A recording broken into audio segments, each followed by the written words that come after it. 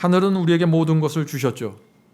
그런데 우리는 내 자아 때문에, 내 자존심 때문에, 내 장사 때문에, 내 직장 때문에 자꾸 하늘을 실망시키는 것입니다. 사람들 사이 관계에서.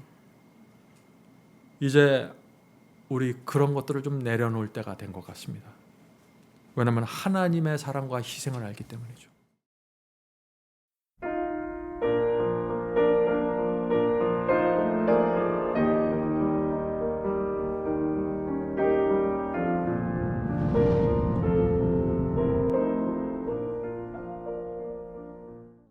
오늘 우리는 온 하늘이 어디에 초점을 맞추고 지금 역사하고 있는지 좀 살펴보려고 합니다. 아담과 하와가 범죄한 이후 온 하늘은 잃어버린 양을 위해서 모든 것을 쏟아붓고 있는 것입니다.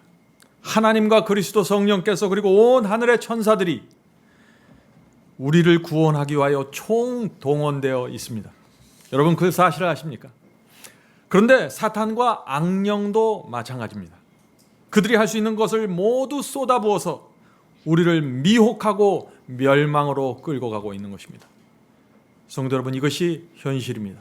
이것이 하나님과 사탄 사이의 전쟁입니다. 믿는다고 해서 모두 구원받을 수 있는 상황이 아닙니다. 한번 예수 믿고 거듭났다고 구원이 개런티 된다고 생각하는 것은 너무나 상황을 몰라도 정말 모르는 것입니다. 지난 2000년 동안 기독교회가 믿는 모든 교리마다 사탄의 공격이 들어왔습니다. 수천만 명의 성도들이 순교당했습니다. 하나님과 성도들이 피가 흘려졌습니다. 치열한 전쟁이 이루어지고 있는 것입니다. 우리가 그런데 이 전쟁을 모르면은 성경의 초점을 잃어버리게 되는 것입니다.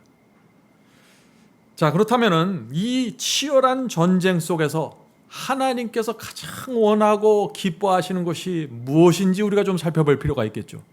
하나님께서 무엇을 가장 기뻐하실까요? 이것이 오늘 제가 나눌 말씀의 주제입니다. 그것은 사탄에게 빼앗겼던 영혼을 되찾아오는 것입니다. 잃어버렸던 양을 찾아오는 것입니다. 그것이 하나님의 가장 큰 기쁨이 되는 것입니다. 자, 잃어버린 양을 찾았을 때 하늘에서 어떤 일이 생기는지 성경은 그것을 말하고 있죠. 예수님의 말씀 보죠. 누가복음 15장 4절부터 7절입니다. 누가복음 15장 4절부터 7절.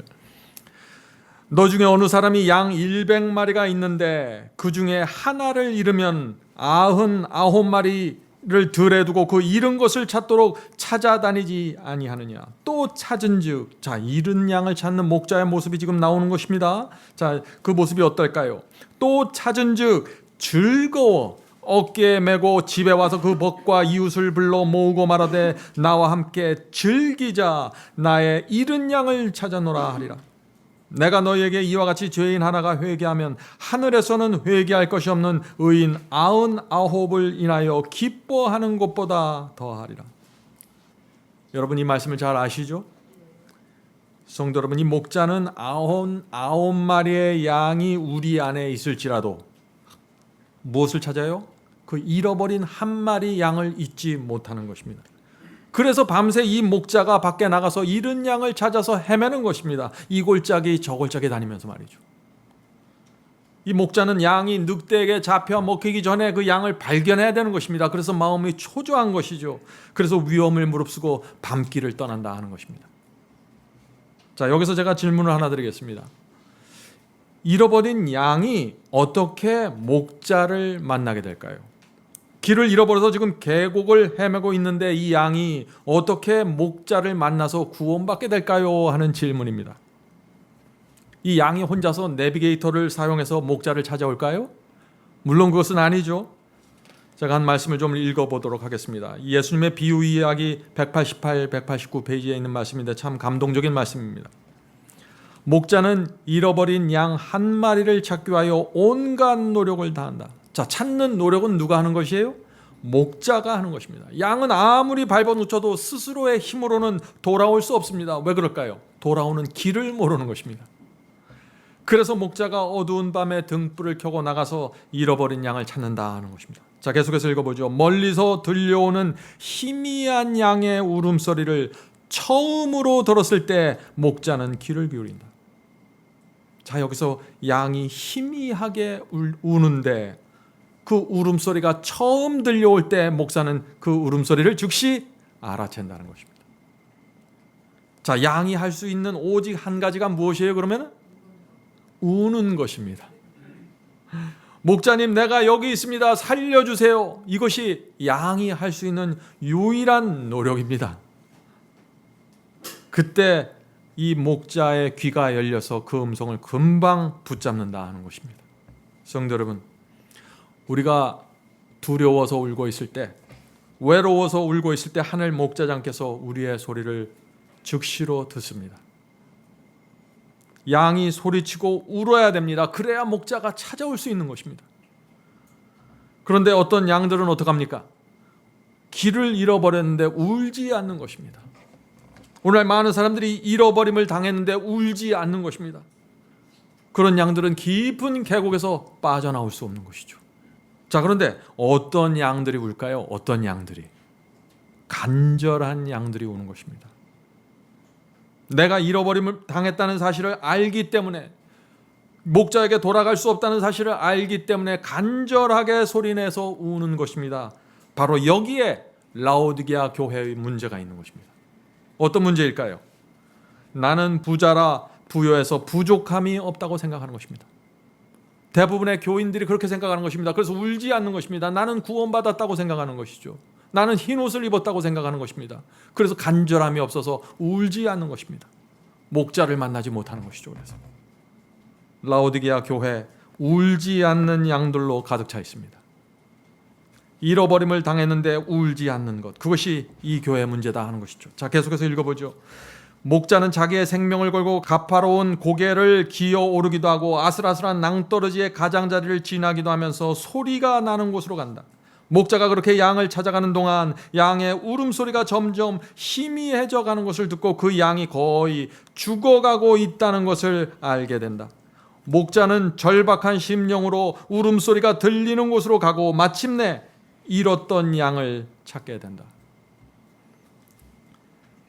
양이 왜 길을 잃어버렸을까요? 목자가 인도하는 길로 가지 않았습니다. 목자의 지시를 따르지 않았습니다.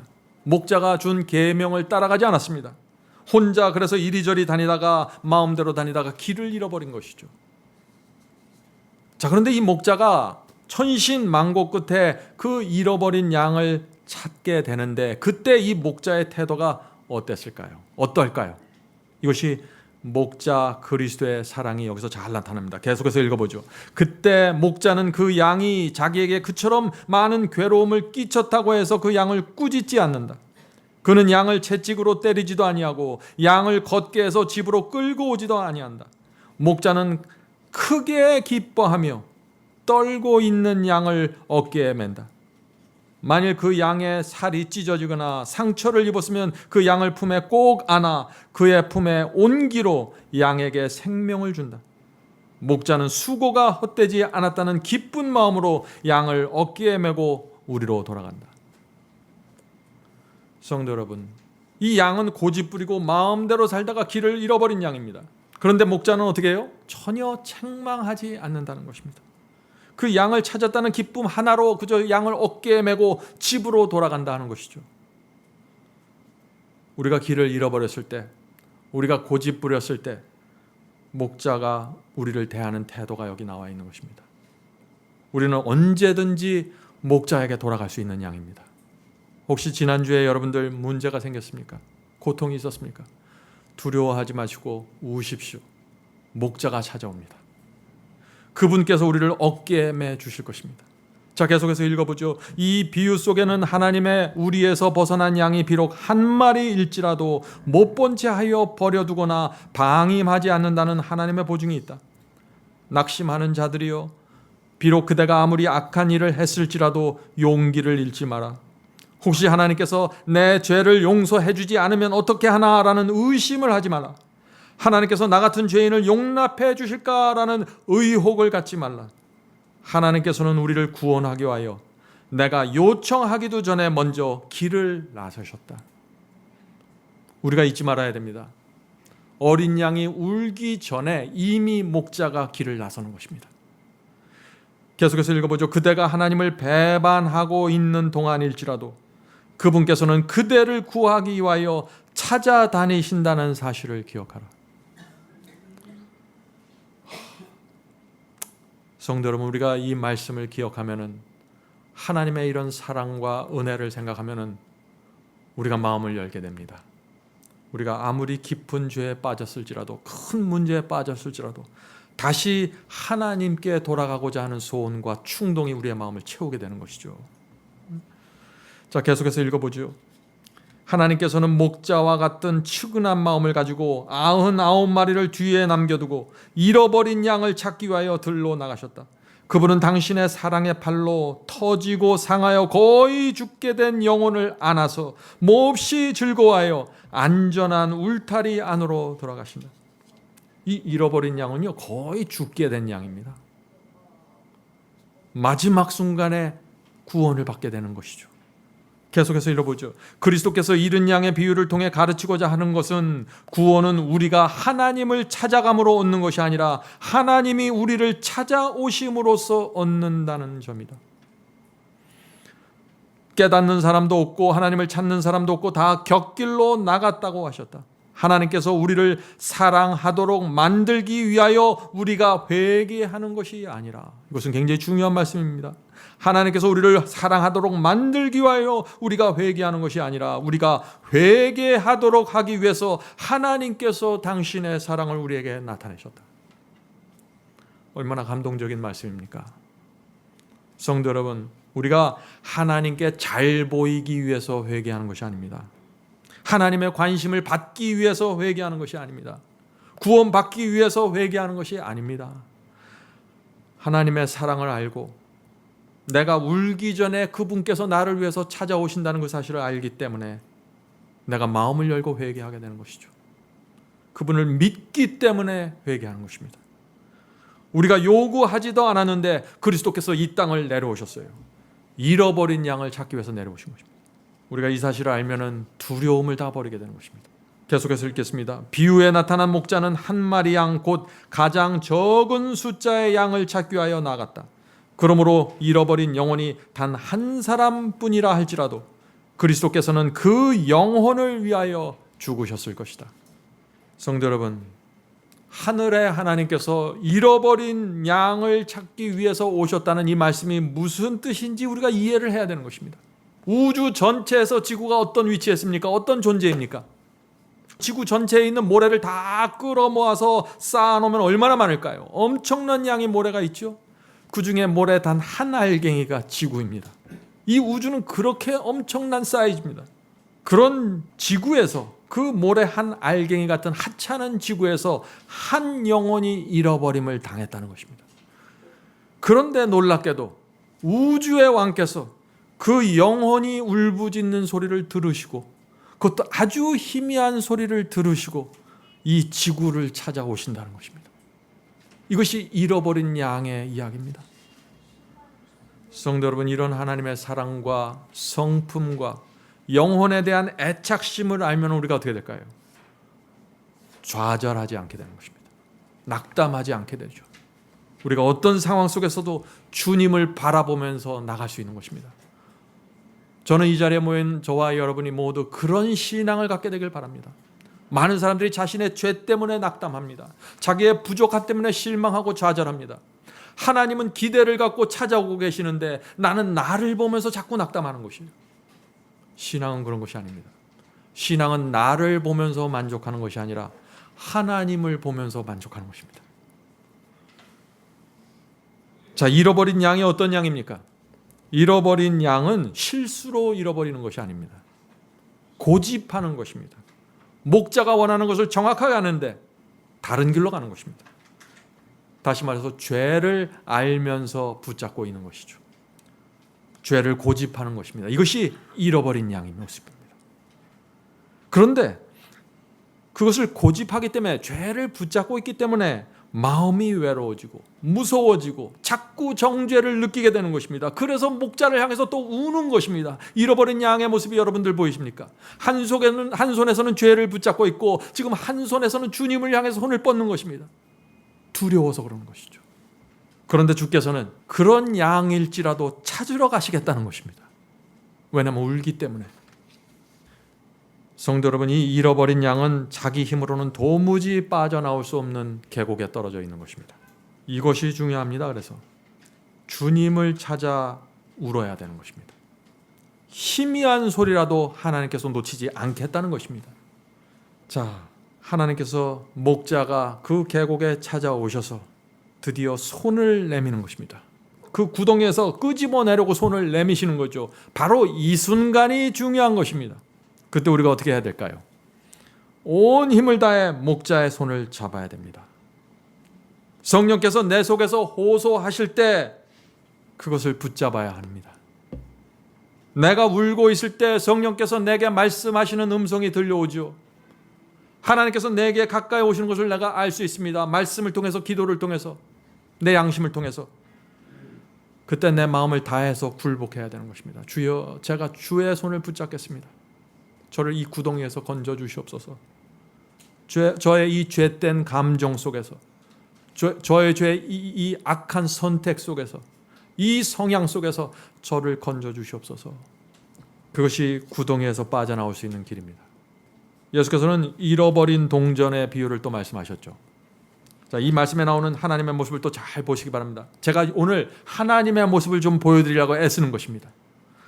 누가복음 15장 8절부터 10절입니다. 누가복음 15장 8절부터 10절. 어느 여자가 10드라크마가 있는데, 자, 드라크마라는 10드라크마라는 것은 동전 10개를 얘기하는 것입니다. 어떤 여인이 동전 10개를 갖고 있는데 하는 얘기죠. 그중 하나를 잃어버리면 등불을 켜고 집을 쓸며 찾도록 부지런히 찾지 아니하겠느냐. 자, 이것이 잃어버린 영혼을 찾는 하나님의 모습입니다. 10 동전을 갖고 있는데 바닥에 떨어진 그 하찮은 동전 하나를 위해서 어떻게 해요? 주인이 등불을 밝히고 부지런히 방바닥을 쓸면서 찾겠다는 것입니다. 창조주 하나님께서 이런 열심과 정성을 다해서 지금 영혼을 찾고 있다는 것입니다. 근데 이런 상황 속에서도 잃어버림을 당한다면 그건 누구 책임이에요? 그것은 내 책임이죠. 하나님의 최선이 이루어지고 있는데 전혀 반응하지 않는 것입니다. 계속해서 읽겠습니다. 또 찾은즉, 자, 잃어버린 동전을 찾았습니다. 또 찾은즉 벗과 이웃을 불러 모으고, 자, 주인이 너무 기뻐서 친구들을 다 불러 모으는 것입니다. 참 우습지 않아요? 그거 아무 쓸짝도 없는 동전 하나를 찾았는데 지금 이 주인이 친구들, 가족들을 다 불러 모아서 어떻게 해요? 지금 잔치를 벌인다 하는 것입니다. 왜 그럴까요? 모든 노력과 정성을 당해서 너무나 오랫동안 이것을 찾은 것이에요. 계속해서 보죠. 또 찾은즉 벗과 이웃을 불러 모으고 말하되 나와 함께 즐기자. 잃은 드라크마를, 동전을 찾았노라 하리라. 내가 너에게 이르노니 이와 같이 죄인 하나가 회개하면 하나님의 사자들 앞에 기쁨이 되느니라. 지금 잃어버린 양과 잃어버린 동전은 케이스가 다르죠? 잃어버린 양은 자신이 잃어버렸다는 사실을 아는 것입니다. 그래서 막 우는 것이에요. 그런데 동전은 자기가 잃어버린 줄도 모르는 것입니다. 그냥 바닥에 떨어져 있는 것입니다. 그래서 울지도 않고 구석에 박혀서 앉아 있는 것이에요, 지금. 그래서 이 동전은 주인이 등불을 밝히고 스스로 눈을 크게 뜨고 찾지 않으면 도무지 소망이 없는 영혼인 것입니다. 성도 여러분, 누군가 여러분을 찾아왔다는 사실을 감사하시기 바랍니다. 여러분이 잃어버린 양이든지 잃어버린 동전이든지 불문하고 누군가 여러분을 찾아낸 것입니다. 그래서 여러분 손에 진리가 주어진 것입니다. 하나님께서 이 악하고 더러운 지구까지 오셔서 여러분을 수십 년 동안 찾지 않았으면 여러분은 지금 어디에 있었을까요? 정말 감사해야 되지 않습니까? 하나님께서 그리스도와 성령과 천사들을 모두 동원해서 이 잃어버린 영혼을 찾지 않았으면 우리 중 누구도 사탄의 손에서 빠져나오지 못하는 것입니다. 잃은 양과 잃어버린 동전 이야기가 갖고 있는 그 공통점이 무엇인가요? 하나님의 기쁨에 대해서 말하는 것입니다. 그 잃어버린 것을 찾았을 때 하나님께서 보여주시는 그 기쁨 말이죠. 그래서 그 한 영혼을 찾을 때 얻는 그 기쁨을 바라보면서 하나님께서 모든 것을 쏟아붓는 그 사랑을 지금 말하고 있는 것입니다. 성도 여러분, 근데 참 이상하지 않아요? 이 벌레만도 못한 이 한 영혼을 찾았는데 하나님의 기쁨이 왜 이렇게 클까요? 투자한 것이 크면 클수록 결과에 대한 기쁨이 커지는 것입니다. 그것이 이 세상의 법칙 아닙니까? 크게 투자해서 내 모든 것을 걸고 투자했는데 수익이 생겼어요. 그러면 얼마나 기쁘겠어요? 희생이 클수록 기쁨이 커지는 것입니다. 하나님께서 잃어버린 양을 찾기 위해서 어떤 투자와 희생을 했는지를 우리가 알아야 되는 것입니다. 어떤 희생을 했나요? 누가복음 3장 16절이죠. 누가복음 3장 16절. 하나님이 세상을 이처럼 사랑하사 독생자를 주셨으니 이는 저를 믿는 자마다 멸망치 않고 영생을 얻게 하려 하심이니라. 하나님께서 우리를 위해서 하나밖에 없는 아들을 주신 것입니다. 창조주의 아들이 우리를 구원하기 위해서 인간으로 되셔서 성육신 하셔서 이 땅에 내려오셨다는 것이죠. 우리가 이 사실을 마음속에 한번 상상해 보세요. 하나님과 그리스도와 성령께서 온 하늘이 엄청난 결정을 한 것입니다. 사탄과의 전쟁에서 지금 그리스도께서 이 땅에 내려가면 온갖 치욕을 당해야 되는데 결국 십자가에 달려 죽어야 하는데 하늘이 모여서 내려가기로 결정하는 것입니다. 인간을 구원하기 위해서 말이죠. 저와 여러분을 구원하기 위해서. 왜 하늘이 그런 결정을 해야만 했을까요? 다른 이유가 아무것도 없습니다. 그냥 우리를 사랑하기 때문입니다. 우리와 함께 영원히 교제 나누기 원하는 것입니다. 우리가 사탄에게 끌려다니면서 고통당하는 것을 볼 수 없다는 것입니다. 그래서 하늘이 결정을 하는 것입니다. 우리를 구원하지 않고서는 온 하늘이 편치가 않는 것입니다. 성도는 그걸 이해하십니까? 하늘은 마음이 편하지 않아요 지금. 우리가 이런 하늘의 분위기를 알면은 우리의 마음에 평안이 생기는 것입니다. 불안하지 않죠. 성도 여러분, 염려하지 마십시오. 여러분을 구원할 때까지 하늘은 쉴 수가 없는 것입니다. 우리를 결코 포기할 수 없는 세 분 하나님이 계시기 때문에 그런 것이에요. 세상에 이런 사랑이 어디 있을까요? 이런 사랑이 있는데 그리스도인들이 너무 무덤덤한 거 아닙니까? 그분의 사랑 앞에서 너무 마음이 냉랭한 건 아닙니까? 성도 여러분, 이제 하나님께 여러분의 사랑을, 여러분의 감사를 좀 표현하시기 바랍니다. 그리스도의 희생에 대해서 생각해 보아야 합니다. 온 하늘이 내린 결정, 그 엄청난 결정을 여러분들 생각하셔야 되는 것입니다. 자, 하나님께서는, 그리스도께서는 자신이 내린 결정을 이렇게 얘기합니다. 요한복음 10장 17절 18절입니다. 아버지께서 나를 사랑하시는 것은 내가 다시 목숨을 얻기 위하여 목숨을 버림이라. 이를 내게서 빼앗는 자가 있는 것이 아니라 내가 스스로 버리느니라. 성도 여러분, 그리스도께서 스스로 버린 것입니다. 예수께서 누군가에 떠밀려서 이 땅에 내려온 것이 아닙니다. 누구의 눈치를 봐서 할 수 없이 내려온 것이 아니에요. 스스로 목숨을 버리기 위해서 이 땅에 내려오셨어요. 우리가 이 사랑을 어떻게 받아들여야 할까요? 이것을 알면은 이 속에서 구원이 이루어져 버리는 것입니다. 내가 가야 될 길이 보이고, 내가 무슨 말씀을 따라가야 될지가 보이는 것입니다. 내가 어떤 설교를 붙잡아야 될지가 보이는 것입니다. 이 사랑을 알면 말이죠. 제가 질문을 하나 드리겠습니다. 한 영혼을 구원했을 뿐인데 왜 온 하늘이 잔치를 벌이고 기뻐할까요? 왜 온 하늘이 천사들이 다 모여서 잔치를 벌일까요? 너무나 큰 희생과 노력이 퍼부어졌기 때문이죠. 노력과 희생이 없는 이익에는 별로 감동이 없습니다. 여러분의 신앙, 저의 신앙도 마찬가지입니다. 여러분의 신앙 속에 희생이 없습니까? 노력이 없습니까? 투자가 안 돼 있습니까? 손해가 없습니까? 그럼 그런 신앙에는 감동이 없는 것입니다. 충성이 사라지게 되는 것이죠. 노력과 희생이 없으면 그냥 그 결과만 얻으면, 노력과 희생이 없는데 결과만 얻었으면 그냥 잠시 기분이 좋다가 사라져 버리는 것이죠. 그런데 내 인생 전체를 쏟아붓고 내 모든 것을 희생해서 결과가 생겼다면 어떻게 될까요? 그것은 정말 말할 수 없는 기쁨과 보람이 밀려오는 것입니다. 성도 여러분, 하나님과 그리스도와 성령께서 지금 그런 마음으로 우리를 구원하고 계시는 것입니다.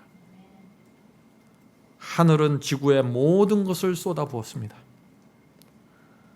지구를 위해서 하늘이 포기하지 않은 것이 무엇이 있나요? 모든 것을 다 주었습니다. 그래서 깊은 관심을 가지고 지구에 있는 성도들을 지금 지켜보고 있는 것이에요. 고린도전서 4장 9절에 그 말씀이 있습니다. 고린도전서 4장 9절. 내가 생각하건대 하나님이 사도인 우리를 죽이기로 작정된 자같이 끄트머리에 두셨으며 우리는 세계 곧 천사와 사람에게 구경거리가 되었노라. 성도 여러분, 하늘이 지금 무엇을 구경하고 있습니까? 우주의 창조주가 인간을 구원하기 위해 죽었는데 지금 사람들이 어떻게 반응하는지 구경하고 있는 것입니다. 온 하늘이 쏟아붓고 있는 이 사랑과 희생과 노력을 사람들이 어떤 태도로 받아들이는지 지금 지켜보고 있는 것입니다. 성도 여러분, 우리가 구원을 받으려면 하늘이 우리의 모습을 보면서 이해를 할 수 있어야 되는 것입니다. 하나님의 희생과 사랑에 대해서 우리가 나타내는 그 태도와 반응을 하늘이 이해할 수 있어야 되는 것이에요. 지금 하늘은 하나님께서 말씀하시고 인도하실 때 사람들이 믿고 따라오는지 지켜보는 것입니다. 하나님께서 이런 사랑과 희생을 보여주셨는데 사람들이 정말 그것을 믿는지 따라오는지 순종하는지 보는 것입니다. 우리가 하늘을 향해서 날마다 적은 감사라도 표현해야 되지 않을까요? 하늘은 우리에게 모든 것을 주셨죠. 그런데 우리는 내 자아 때문에, 내 자존심 때문에, 내 장사 때문에, 내 직장 때문에 자꾸 하늘을 실망시키는 것입니다. 사람들 사이 관계에서 이제 우리 그런 것들을 좀 내려놓을 때가 된 것 같습니다. 왜냐하면 하나님의 사랑과 희생을 알기 때문이죠.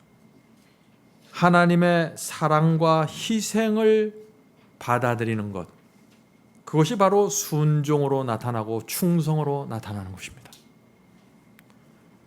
자, 요한복음 14장 말씀 보겠습니다. 요한복음 14장 16절 17절입니다. 요한복음 14장 16절 17절. 내가 아버지께 구하겠으니 그가 또 다른 보혜사를 너에게 주사 영원토록 너희와 함께 하시리니. 자, 예수께서 하늘로 올라가면서 성령을 보내주셨죠. 근데 예수께서 재림하실 때까지 이 성령께서 이 땅에 남아 계셔서 우리를 인도하고 우리를 보호해 주신다는 것입니다. 자, 계속해서 읽어보죠. 저는 진리의 영이라 세상은 능히 저를 받지 못하나니 이는 저를 보지도 못하고 알지도 못함이라. 그러나 너희는 저를 아나니 저는 성령은 너희와 함께 거하시며 또 너희 속에 계시겠습니다. 지금 성령께서 어디에 계시다는 것입니까? 예수께서 오실 때까지 우리와 함께 계시고 우리 속에 계시겠다는 것입니다. 이 말씀이 무슨 뜻일까요? 엄청난 얘기 아닙니까? 성령이 누구예요? 세 분 하나님 중에 한 분입니다. 이 세상을 창조하실 때 같이 계셨던 분이세요. 그분 하나님께서 지금 우리 속에 개인적으로 들어오셔서 나에게 개인적으로 무엇이 진리인지 알려주겠다는 것입니다. 무엇이 의의 길이고 무엇이 좁은 길인지 나에게 개인적으로 얘기해 주시겠다는 것이에요. 왜 그럴까요? 나를 구원하기 위해서요. 하늘까지 인도하기 위해서 내 곁을 떠나지 않겠다는 것입니다. 얼마나 감사합니까? 성령의 음성이 들려올 때 감사하시기 바랍니다. 내가 결코 길을 잃어버리지 않도록 도와주기 위해서 개인적으로 내게 오시는 것입니다. 그 귀하고 귀하신 성령께서 우리의 더럽고 썩어질 육체 속에 거하시면서 나를 직접 개인적으로 1대1로 지도해 주시겠다는 것입니다. 개인 교사가 돼 주시겠다는 것입니다. 얼마나 감사합니까? 많은 사람들이 성령의 음성을 듣기 싫어하죠. 책망받기 싫어합니다. 성령께서는 어떻게 했었는지 이 계곡 속에서 나를 끄집어내서 하늘로 데려가려고 지금 개인적으로 직접 1대1로 코칭해 주고 있는데 우리는 귀를 막고 돌아서는 것입니다. 하늘의 천사들이 이 모습을 볼 때 어떻게 느낄까요? 성도 여러분, 우리 모두는 다른 인생을 살아왔습니다. 다른 배경에서 살아왔습니다. 어떤 사람들은 귀하게 자랐겠죠. 어떤 사람들은 양반으로 태어난지 모르겠습니다. 근데 어떤 사람들은 힘들게 자랐을 것입니다. 배경이나 학벌이나 재산이 각각 다 다를 것입니다. 그런데 성령께서 그런 거 다 무시하고 개인적으로 오시겠다는 것입니다. 하나님께서 각 사람의 양심에 대고 직접 말씀해 주시겠다는 것입니다. 언제까지요? 예수께서 재림하시는 그날까지. 이 엄청난 사랑을 우리가 어떻게 받아들여야 될까요? 성령께서 예수께서 오시는 그날까지 포기하지 않고 우리의 가슴에 대고 계속 말씀해 주시겠다는 것입니다. 그러므로 누구든지 성령께서 주시는 그 인도하심을 따르기만 하면은 하늘 갈 수 있는 것입니다. 여기에 우리의 소망이 있는 것입니다. 성도 여러분, 오늘부터 성령의 음성을 좀 들으시겠습니까? 성령의 호소를 따라가시겠습니까? 물론 어떤 때는 성령께서 우리를 책망하고 호소합니다. 그떤 때는 우리 마음이 좀 아프죠. 그러나 그럴 때일지라도 우리가 겸손하게 그것을 받아들이고 따라가면은 하늘 진주 문이 열리는 것입니다. 우리의 영혼 속에 평안이 깃들게 되는 것입니다. 제가 분명히 말씀드리지만 걱정하지 마십시오. 성령께서는 결코 지치지 않는 분입니다. 여러분이 아무리 거절하고 거절해도 끝까지 따라오면서 이 길로 가라고 말씀해 주실 것입니다. 우리가 자녀들을 키우면 어떻게 합니까? 어떤 때는 아이들이 마치 똑같은 얘기를 수백 번 했는데 듣지 않는 것 같아요. 그렇게 느끼실 때 없습니까? 따라오지 않는 것입니다, 아이들이. 그럴 때 어떤가요? 짜증이 나고 속이 상하고 어떻게 내 마음을 이렇게 몰라줄까? 속상하죠. 도대체 내가 몇 번을 더 말해야 이 아이가 말귀를 알아듣겠는가 하는 말이 이렇게 튀어나올 수도 있죠. 근데 우리 그런 모습을 보면서 성령께서 우리 속에 또 이런 말씀을 하시는 것입니다. 이제 내 마음을 알겠니? 내가 너에게 얼마나 많이 얘기했고 얼마나 자주 보여주었는데 너는 내 말을 그렇게 무시하고 있니? 얼마나 자주 네 마음대로 했니? 순종할 것처럼 보였는데 금방 마음을 바꾼 적이 한두 번이 아니지 않냐? 그러나 나는 너를 포기하지 않는다. 우리는 성령의 인내를 생각해 보아야 합니다. 여러분이 어떤 인생을 살아오셨는지 모르지만은 성령께서 여러분의 인생 속에 깊이 관여해 오셨습니다. 여러분이 태어나는 그때부터 말이죠. 여러분은 어떻게 해서든지 하나님과 진리로 인도하기 위해서 끊임없이 역사에 오셨다는 사실을 잊지 말아야 됩니다. 우리가 고집 피우고 억지 부리면서 어떻게 해서든지 진리를 피하기 위해서 애쓸 때 성령께서는 우리를 포기하지 않았습니다. 우리가 어떻게 해서든지 진리를 젖혀두고 성경의 다른 말씀을 갖져다가 내 자신의 양심을 위로하려고 애쓸 때일지라도 성령께서는 내 위선을 책망하기보단 나를 구원하기 위해서 노력하셨습니다. 내가 이리저리 잔꾀를 부릴 때라도 성령께서는 우리를 포기하지 않는 것입니다. 그것이 성령의 사랑입니다. 성령께서 끊임없이 우리를 부르셨고 이끄셨고 우셨습니다. 성령께서 할 수 있는 모든 것을 다해서 우리의 마음을 두드렸습니다. 그래서 우리가 저와 여러분이 여기까지 오게 된 것입니다. 그러므로 이제 우리가 그만 저항해야 됩니다. 성령을 밀어내지 말아야 됩니다. 더 이상 우리가 성령을 향해서 이런 말 하지 말아야 됩니다. 어떤 말인가? 이런 말이죠. 성령님, 제가 이것은 받아들이지만 저것은 받아들이고 싶지 않습니다. 이것은 포기할 수 있지만 저것은 포기할 수 없습니다. 성령님, 제가 이 말씀은 순종하겠지만 저 말씀은 순종할 수 없습니다. 제가 이 계명은 순종하겠지만 저 계명은 순종하고 싶지 않습니다. 우리가 성령께 이런 말을 할 때 성령의 마음이 어떨까요? 성령은 인격체입니다. 성령께서도 마음이 있고 감정이 있는 분이세요. 우리가 어떤 때 성령과 하나님과 그리스도를 향해서 함부로 말합니다. 아무 감정이 없는 분처럼 우리가 그렇게 대하는 것이에요. 우리가 이웃집의 사람에게는 아주 예의를 갖추고 그 사람의 마음을 상하지 않으려고 애를 쓰면서 하나님께서는 마음대로 던지는 것이에요. 성령의 마음을 아프게 하지 마십시오.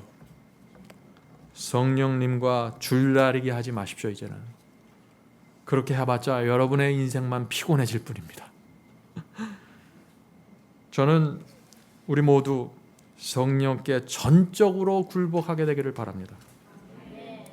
그것이 이 세상에서 영혼의 평안을 갖는 유일한 방법입니다. 성령께서 주시는 그 평안, 여러분 원하지 않습니까? 자, 하나님께서 우리를 위해서 당신의 아들을 죽이셨죠. 하나님께서 성령을 또 보내주셔서 우리의 마음을 계속해서 이끌어가고 계십니다. 왜 하나님께서 그런 희생과 그런 노력과 그런 투자를 계속하고 계실까요? 이유는 하나죠. 우리를 하늘 데려가기 위해서 하는 것입니다. 우리가 이것을 잊지 말아야 되는 것이에요. 지금 하늘은 저와 여러분을 위해서 올인했습니다. 모든 것을 투자했어요.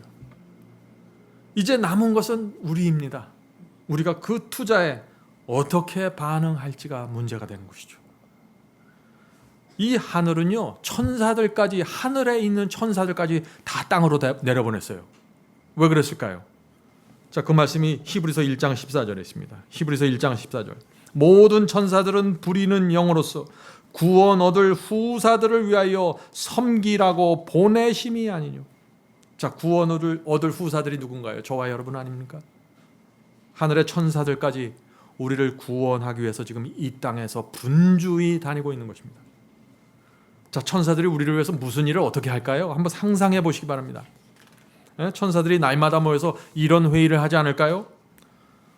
천사들이 오늘 우리는 저 사람에게 접근해야 됩니다. 지난주에 저 사람이 사고를 당한 후에 그 마음이 아주 겸손해졌습니다. 이번에 분명한 진리의 말씀을 듣게 하면은 이번에 혹시 성령의 음성에 귀를 기울일지도 모릅니다. 천사들이 회의하는 것이요. 천사들이 오늘 설교를 듣는 여러분의 표정을 살필지도 모릅니다. 여러분의 표정을 보면서 이렇게 말할 것입니다. 저 사람은 설교를 들을 때 항상 졸았는데 이제 그 마음이 겸손해지고 몸에 질병이 생기더니 설교 듣는 표정이 달라졌네. 천사들이 지금 하는 얘기예요. 오랜 세월 동안 저 사람은 하나님의 말씀에 관심이 없었는데 이제 진지해진 것 같습니다. 우리가 다시 저 영혼에게 접근해 봅시다. 이번에는 성령의 호소를 받아들일지 모르니까요. 저 사람의 은혜의 시간이 끝나기 전에 우리가 어떻게 해서든지 구원받을 수 있도록 도와주어야 합니다. 성도 여러분, 이것이 우리 주변에서 날마다 이루어지고 있는 구원의 역사입니다. 우리가 구원을 실제적으로 생각해야 돼요. 어떤 교리를 믿음으로 되는 것이 아닙니다. 만약 우리가 하늘의 이 휘장을 열어젖히고 하늘을 볼 수 있다면 하늘에서 무슨 일이 지금 벌어지고 있을까요? 온 하늘이 지금 모든 것을 젖혀둔 채 우리의 구원을 위해서 뛰어다니고 있다는 것을 보게 될 것입니다. 하늘이 왜 그렇게 뛰어다닐까요? 하늘은 그리스도의 피가 허지로 돌아가는 것을 원하지 않는 것입니다. 최선을 다하는 것입니다. 그래서 천사들이 날마다 날개를 펴고 이 땅을 돌아다니면서 펜과 노트를 들고 다니는 것입니다. 그리고 하나님께 가서 이런 질문을 하는 것입니다. 하나님, 우리가 어떻게 하면 저 영혼에게 진리에 대한 관심을 불러일으킬 수 있을까요? 하나님, 다른 방법이 없습니까? 저 사람이 예언학교를 들을 수 있다면 기독교의 깊은 미혹과 어둠을 분명하게 분별할 수 있을 텐데요. 어떻게 하면 저 사람이 진리에 대해서 마음을 열 수 있을까요? 천사들이 모여서 하나님께 이런 도움을 요청하는 그 음성이 들리십니까? 천사들이 모여서 회의할 때 무엇을 가장 강조할까요? 이것을 가장 강조할 것입니다. 우리는 사탄에게 끌려간 영혼들을, 이 잃어버린 영혼들을 반드시 데려와야 합니다. 잃어버린 영혼들을 데려오는 것이 우리가 이 땅에서 일하는 목적입니다. 오늘도 나가서 한 영혼이라도 진리 앞으로 데리고 옵시다. 그렇게 할 수 있다면 하나님께서 얼마나 기뻐하시겠습니까? 우리의 대장 예수께서 저 영혼들을 위해서 피를 뿌리셨는데 우리가 여기서 포기하고 멈출 수 없습니다. 교회 다니고 주님을 믿는다고 하지만 구원을 잃어버린 사람들이 너무나 많이 있습니다. 우리는 그들을 하나님의 편으로 온전히 데려와야 합니다. 그들의 온 마음과 생애를 하나님의 말씀에 굴복할 때까지, 바칠 때까지 우리는 그들을 위해서 일해야 합니다. 그들이 인터넷에서 말씀을 찾으러 다닐 때 정확한 구원의 복음을 접할 수 있게 우리가 옆에서 분위기를 조성하고 도와주어야 합니다. 교회 다니지만 진리를 모르는 사람이 너무나 많이 있습니다. 교인들이 진리와 연결될 수 있도록 우리가 도와줍시다. 성도 여러분, 이것이 하늘이 하고 있는 실제적인 고민입니다. 우리가 하늘의 이런 고민에 같이 협력해서 반응하고 일한다면 하늘이 얼마나 좋아할까요? 온 하늘이 모여서 하늘종을 울리면서 잔치를 벌일 것입니다. 저는 저와 여러분이 우리의 영적인 생활이 실제가 되기를 바라는 것입니다. 성도 여러분, 이제 우리가 남은 생애를 어떻게 살아야 할까요? 우리가 이 시간에 좀 그거를 깊이 생각해 보길 바랍니다. 더 이상 하나님의 노력과 희생을 우리가 모른 척하면 안 되는 것입니다. 천사들의 수고와 노력을 무관심하게 쳐다봐서도 안 됩니다. 더 이상 성령의 호소와 눈물을 외면하지 않게 되길 바랍니다. 지난 수십 년 동안 온 하늘의 존재들이 저와 여러분을 위해서 개인적으로 역사해 왔고 인도해 오셨습니다. 단 하루도 포기하지 않고 실망하지 않고 우리에게 계속해서 다가왔습니다. 자, 그런데 어느 날 한 천사가 우리 중에 어떤 사람을 보았습니다. 우리 중에 어떤 분이 진리에 반응하는 모습을 보기 시작하는 것입니다. 얼마나 기뻤을까요? 수십 년 동안 이 영혼을 인도하기 위해서 한 천사가 붙어서 역사해 왔는데, 시간이 다르고 장소가 다를지라도 온 하늘은 저와 여러분이 지금 말씀에 반응하는, 하나님의 말씀에 반응하는 모습을 지켜보고 있는 것입니다. 거짓을 버리고 진리를 붙잡는 여러분의 모습을 보았습니다. 기독교를 뒤덮고 있는 이 미혹에서 떠나기로 결정하는 모습을 보았습니다. 희생을 감수하고 좁은 길을 걷기로 결정하는 여러분의 모습을 보았습니다. 성령의 감동을 받아들이고 눈물로 죄를 버리는 모습을 보았습니다. 하늘이 증인입니다. 온 하늘이 얼마나 기뻐했을까요? 생각해 보세요. 단 한 영혼이 돌아오는데 하늘에서 잔치가 벌어진다고 하는데, 한 영혼이 돌아올 때 느끼는 기쁨과 감격, 그것이 누가복음 15장에 있는 잃어버린 양 이야기입니다. 즐거워 어깨에 메고 집에 와서 그 벗과 이웃을 불러 모으고 말하되 나와 함께 즐기자, 나의 잃은 양을 찾아노라. 이것이 하나님의 마음입니다. 하나님께서 겨우 한 잃어버린 영혼, 한 영혼을 찾았는데 어떻게 그 엄청난 하나님께서 이렇게 좋아하실 수 있을까요? 어린아이처럼. 네? 하나님의 모든 것을 드렸기 때문이죠. 아들을 죽였어요. 너무나 큰 대가를 지불한 것입니다. 성도 여러분, 투자한, 지불한 희생이 크면 클수록 기쁨은 비례해서 향상되는 것입니다. 이것은 하나님께도 그렇고 우리에게도 그런 것입니다. 왜 우리 신앙에 기쁨이 없을까요? 많은 사람들이 그렇죠. 목사님, 저는 제 주님을 믿는데 제 마음에 기쁨이 없습니다. 왜 그럴까요, 도대체? 혹시 희생과 투자가 적었던 것은 아닙니까? 성도 여러분, 예수께서는 십자가의 고통보다 한 영혼이 구원받는 기쁨을 더 크고 기쁘게 생각했다고 했습니다. 자, 그 말씀이 어디 있어요? 히브리서에 있죠. 히브리서 12장 2절입니다. 이 말씀 놀라운 말씀입니다. 히브리서 12장 2절. 믿음의 주여 또 온전케 하시는 이인 예수를 바라보자. 저는 그 앞에 있는 즐거움을 위하여 십자가를 참으사 부끄러움을 개의치 아니하시더니. 자, 예수께서 십자가에 달려서 고난을 끝까지 견디면서 참고 나간 이유가 무엇이에요? 그 앞에 있는 즐거움을 보면서 참으셨다는 것이에요. 자, 그 앞에 있는 즐거움이 무엇인가요? 잃어버린 영혼들이 돌아오는 것입니다. 구원받을 영혼들을 바라보면서 십자가의 고통을 견뎠다는 것입니다. 다시 말해서 십자가의 그 고통보다 영혼을 구원하는 즐거움이 훨씬 더 컸다는 것입니다. 그래서 예수께서 십자가에 달려서 발가벗기고 채찍 맞으면서 부끄러움을 당했지만은 참으셨다는 것입니다. 성도 여러분, 이것이 예수님의 사랑입니다. 우리가 이 사랑을 이해할 수 있을까요? 예수께서는 십자가를 진심으로 감사하면서 받아들이는 영혼들을 바라봤던 것입니다.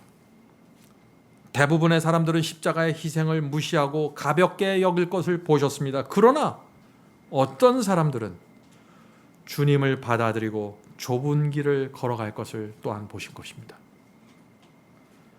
그들이 끝까지 진리를 붙잡고 하늘까지 갈 것을 예수께서 보신 것입니다.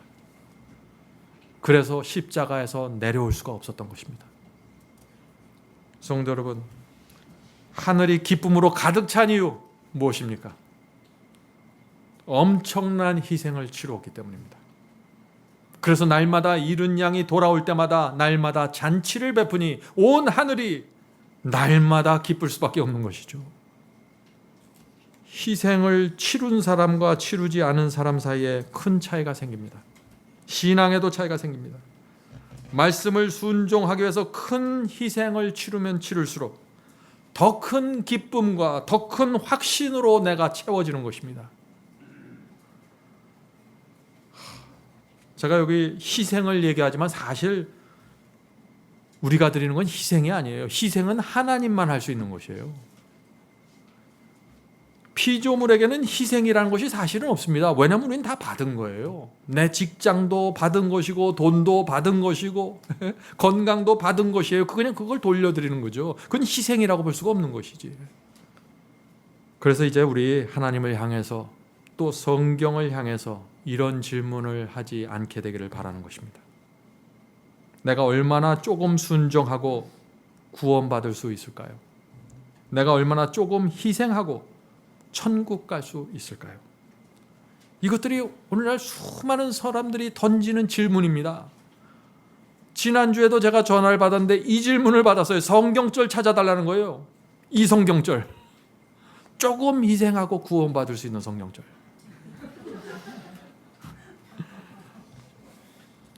그런 질문들을 천사들이 들으면 어떡할까요? 그런데 참 슬플 거예요. 그죠? 수천 년 동안 자신들은 인간의 구원을 위해서 지금 이리저리 날아다니고 봉사하고 있는데 사람들이 태어날 때부터 하루도 빠지지 않고 그 옆에 붙어서 구원으로 인도하기 위해서 날개를 퍼덕거리면서 지금 분위기를 바꿔주고 있는데, 길을 인도하고 있는데 사람들은 어떻게 해서든지 조금 희생하고 지옥을 피할 수 있는 방법을 찾고 있는 것입니다.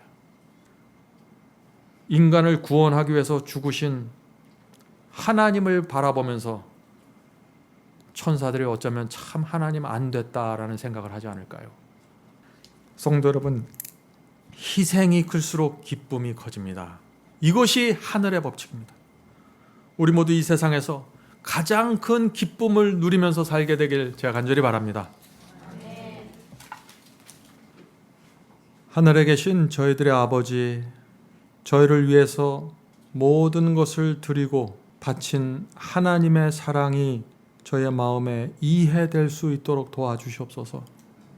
하나님의 은혜와 사랑이 너무나 커서 저희가 잘 이해하지 못할 때가 있습니다. 주님, 부족하지만 오늘부터 조금이라도 이해할 수 있도록 도와주시옵소서. 하늘이 치른 희생과 노력과 수고를, 그치지 않는 인내를, 포기하지 않는 수고를 저희가 받아들일 수 있도록 도와주시옵소서. 하늘에 계신 아버지, 저희를 포기하지 않아 주셔서 감사합니다.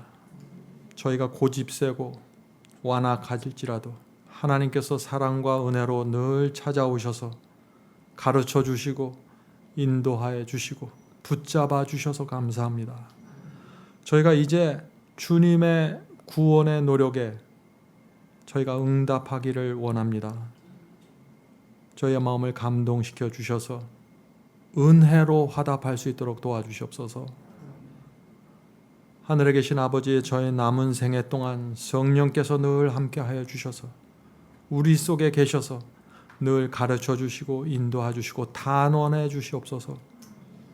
이 모든 말씀 예수님의 이름으로 간절히 기도드립니다. 아멘.